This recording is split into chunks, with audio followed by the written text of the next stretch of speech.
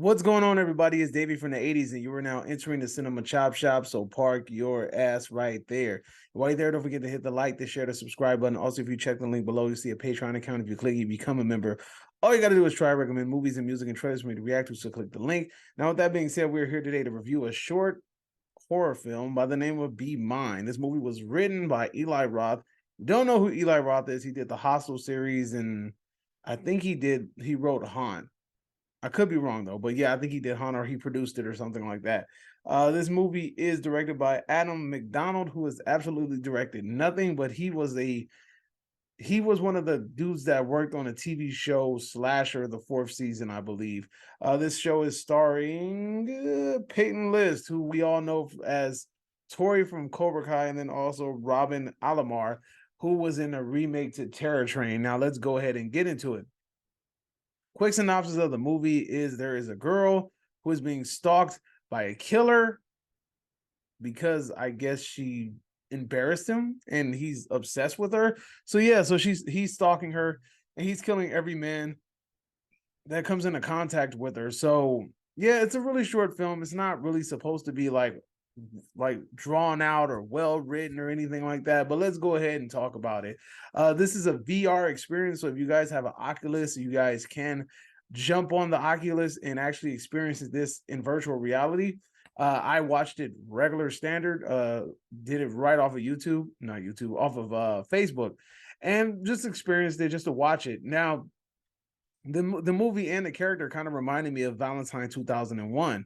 If you guys haven't seen that movie, it's a pretty decent movie. I enjoy it. But the character's design looks like him. Now, the acting in this movie feels a little bit forced. Like it feels really, really forced. Like they're trying a little bit too hard. And I don't know if they did. It feels like they did it on purpose, but at the same time, like this movie don't feel 80s enough for you to like purposely have bad acting. Like you didn't have to do all of that. Now the virtual reality stuff, I felt like it was a cool element to it. It might have been even better if I had an Oculus, but at the same time, I didn't. I didn't watch it on one, so maybe I kind of missed out on the opportunity. There's no like over the top kills or anything like that, but I really do like the killer, and I like the killer's weapon. He uses a crossbow. And I mean, the killer's design is cool. Like, you know, it's nothing like too out of the ordinary, but it does remind me kind of like those retro 80 designs.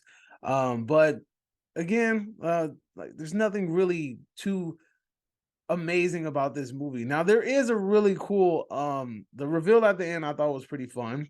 And I also thought that some of the practical effects that were used were actually done pretty well too.